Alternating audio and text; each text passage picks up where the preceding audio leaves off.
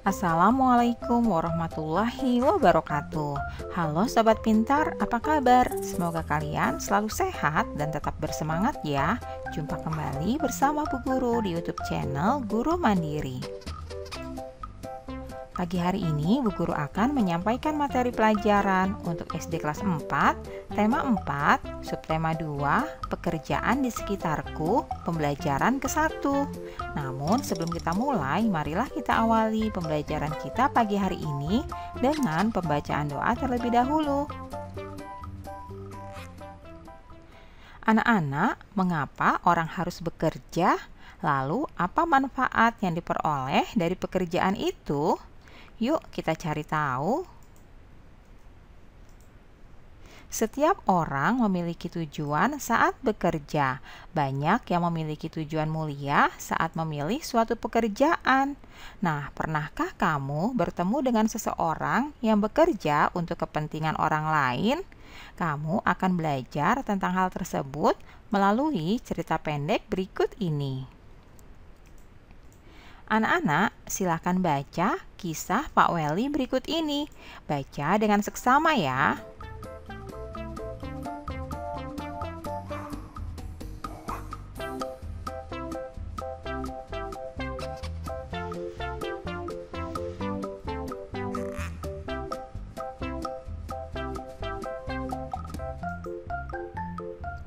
Nah, selanjutnya anak-anak, setelah kalian membaca kisah Pak Weli tadi, jawablah pertanyaan-pertanyaan berikut ini.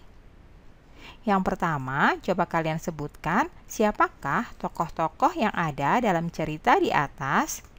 Tokoh-tokoh dalam cerita itu adalah Pak Weli, Sudin, Bapak Lurah, Pak Seto, siswa-siswi, Kepala Dinas Pendidikan, serta Ketua RW dan Ketua RT. Pertanyaan kedua, apa yang diharapkan oleh Bapak Weli? Yang diharapkan Pak Weli yaitu Pak Weli ingin Sudin memperoleh pengalaman berharga melalui lomba pidato yang sebentar lagi akan diadakan di tingkat nasional. Pertanyaan selanjutnya, mengapa Pak Weli memiliki harapan tersebut? Harapan Pak Weli adalah agar Sudin, seorang anak yang suka membaca, percaya diri, dan pandai berpidato, memperoleh pengalaman berharga melalui lomba pidato. Selanjutnya, apa yang dilakukan Pak Weli dan siswa di sekolahnya? Yang dilakukan Pak Weli adalah Pak Weli ingin menyelenggarakan lelang pisang di sekolah untuk menggalang dana.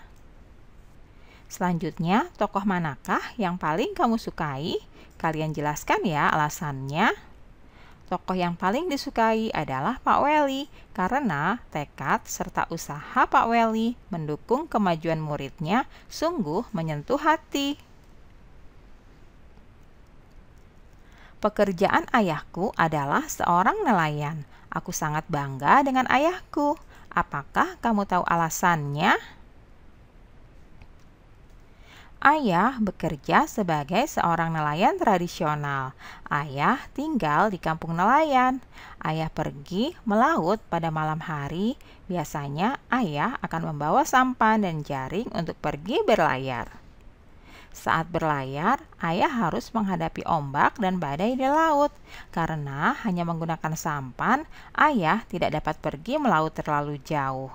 Tangkapan ikan ayah kadang banyak, kadang sedikit. Semua bergantung pada cuaca. Sampan ayah tidak bermesin, sehingga ayah tidak perlu membeli bahan bakar.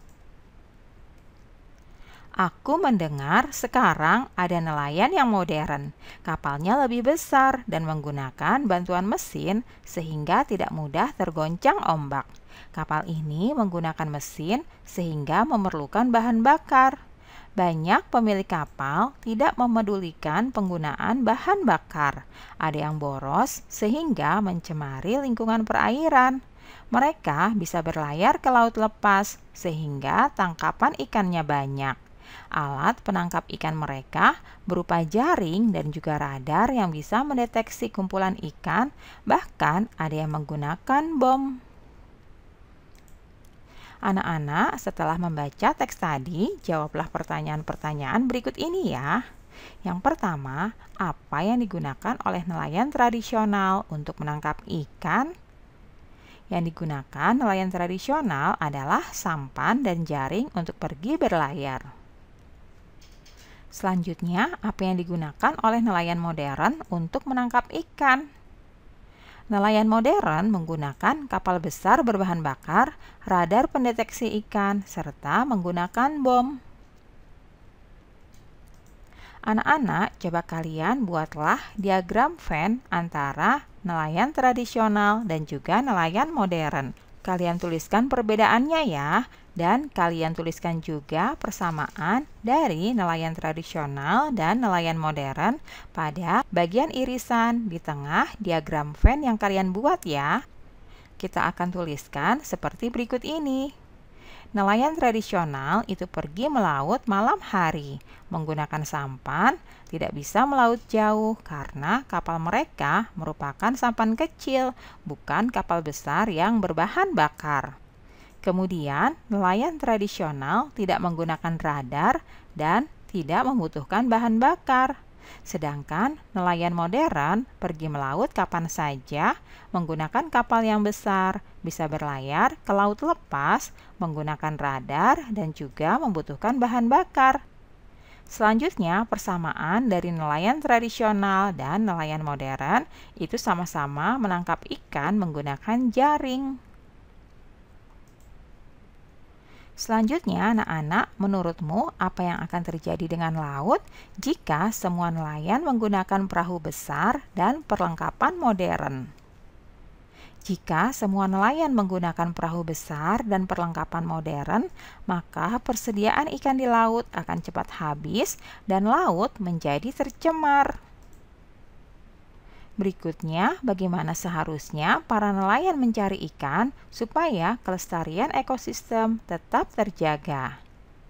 Sebaiknya nelayan menangkap ikan tidak dengan bom, racun, dan pukat harimau, tetapi menggunakan alat-alat penangkap ikan yang ramah lingkungan agar kelestarian ekosistem tetap terjaga. Aku cukup sedih melihat sekarang ini banyak yang menangkap ikan dengan pukat harimau dan bahan peledak. Pukat harimau adalah jaring sangat besar yang dapat menjaring semua makhluk hidup laut.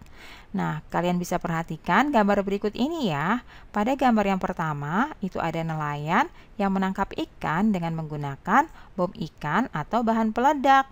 Sedangkan pada gambar kedua, terdapat kapal besar yang menangkap ikan dengan menggunakan pukat harimau. Seperti yang kita ketahui, menangkap ikan dengan bom ikan atau pukat harimau akan mengganggu habitat dan kelestarian hewan-hewan di laut. Sebaiknya penggunaan bom ikan dan pukat harimau ini dihindari. Nah, anak-anak, apakah kamu setuju dengan pengambilan ikan dengan cara di atas? Coba kalian jelaskan ya. Tidak setuju karena hal tersebut akan berakibat buruk bagi kelangsungan hidup hewan laut dan juga habitatnya. Lalu, apakah akibat buruk yang akan terjadi jika pengambilan ikan menggunakan cara di atas tadi, yaitu dengan menggunakan bom ikan dan juga pukat harimau? Akibat buruk yang ditimbulkan penggunaan bom dan pukat harimau adalah menyebabkan hancurnya terumbu karang yang menjadi habitat ikan. Penggunaan pukat harimau juga akan menyebabkan ikan-ikan kecil ikut terjaring, sehingga kelangsungan hidup ikan akan terancam. Anak-anak, tahukah kamu bagaimana ikan bisa kita makan? Amati gambar berikut ini ya. Hasil tangkapan ikan dijual ke pedagang ikan di pelelangan ikan. Dari tempat pelelangan ikan itulah ikan dikirim ke pasar-pasar untuk dijual ke penjual ikan atau langsung ke konsumen. Penjual ikan dan konsumen wajib menjaga kebersihan pangan dengan cara mencuci ikan hingga bersih. Anak-anak, coba kalian perhatikan alur ikan berikut ini ya. Ikan bisa sampai kita makan itu melalui proses seperti berikut ini. Pertama-tama, ikan ditangkap oleh nelayan. Selanjutnya, hasil tangkapan ikan dijual ke pedagang ikan di pelelangan ikan. Lalu dari tempat pelelangan ikan itulah ikan dikirim ke pasar-pasar untuk kemudian dijual kepada penjual ikan atau langsung ke konsumen. Setelah itu, ikan yang sudah dibeli dibersihkan dan juga diolah hingga menjadi hidangan yang nikmat. Itulah alur perjalanan ikan mulai dari ditangkap oleh nelayan hingga sampai di atas meja makan dan siap untuk disantap. Anak-anak, dari gambar tersebut, coba kalian diskusikan ya dengan teman kalian, yaitu tentang yang pertama, jenis kegiatan ekonomi. Jenis kegiatan ekonomi pada gambar di atas itu adalah perdagangan. Kemudian, apakah jenis barang yang diperjualbelikan? Jenis barang yang diperjualbelikan adalah ikan. Selanjutnya, anak-anak, apakah jenis pekerjaan yang terlibat pada kegiatan tersebut? Jenis pekerjaan yang terlibat yaitu antara lain nelayan, pedagang ikan, dan pengangkut barang. Selanjutnya, hasil dari setiap pekerjaan apa saja? Hasil dari setiap pekerjaan itu antara lain nelayan menghasilkan ikan atau barang. Pedagang ikan memperoleh untung dari penjualan ikan atau barang tersebut. Nah, selanjutnya tukang angkut barang akan mendapatkan upah pengangkutan, yaitu upah atas jasanya mengangkut barang. Selanjutnya, penjual ikan akan memperoleh keuntungan dari hasil penjualannya. Itulah hasil dari setiap pekerjaan yang diperoleh ya anak-anak. Sekarang coba kalian sebutkan pekerjaan apa saja yang menghasilkan barang. Pekerjaan yang menghasilkan barang adalah pekerjaan yang menghasilkan sesuatu barang yang bisa digunakan oleh orang lain, misalnya pembuat makanan, petani, nelayan, peternak, dan juga perajin. Selanjutnya, pekerjaan apakah yang menghasilkan jasa? Pekerjaan yang menghasilkan jasa adalah suatu pekerjaan yang pelayanannya bisa dinikmati oleh orang lain. Pekerjaan ini tidak menghasilkan barang, misalnya guru, petugas kebersihan, dokter, tukang cukur rambut, polisi, dan sopir. Itulah jenis-jenis pekerjaan yang menghasilkan barang dan juga pekerjaan yang menghasilkan jasa ya. Kalian pastinya sudah bisa membedakan. Nah, berdasarkan kegiatan di atas tadi, kamu bisa menuliskan tentang kegiatan ekonomi yang terjadi di sekitarmu. Tulisanmu harus memuat yang pertama, jenis kegiatan ekonomi. Selanjutnya yang kedua, lapangan pekerjaan. Yang ketiga, hasil dari setiap pekerjaan. Dan yang keempat, penyebaran barang. Nah, anak-anak, silahkan kalian mencari tahu tentang kegiatan ekonomi yang terjadi di sekitarmu. Demikianlah pembelajaran kita pagi hari ini. Semoga bermanfaat ya untuk kalian semuanya. Sampai jumpa lagi pada video pembelajaran selanjutnya. Salam sehat dan tetap semangat. Wassalamualaikum warahmatullahi wabarakatuh.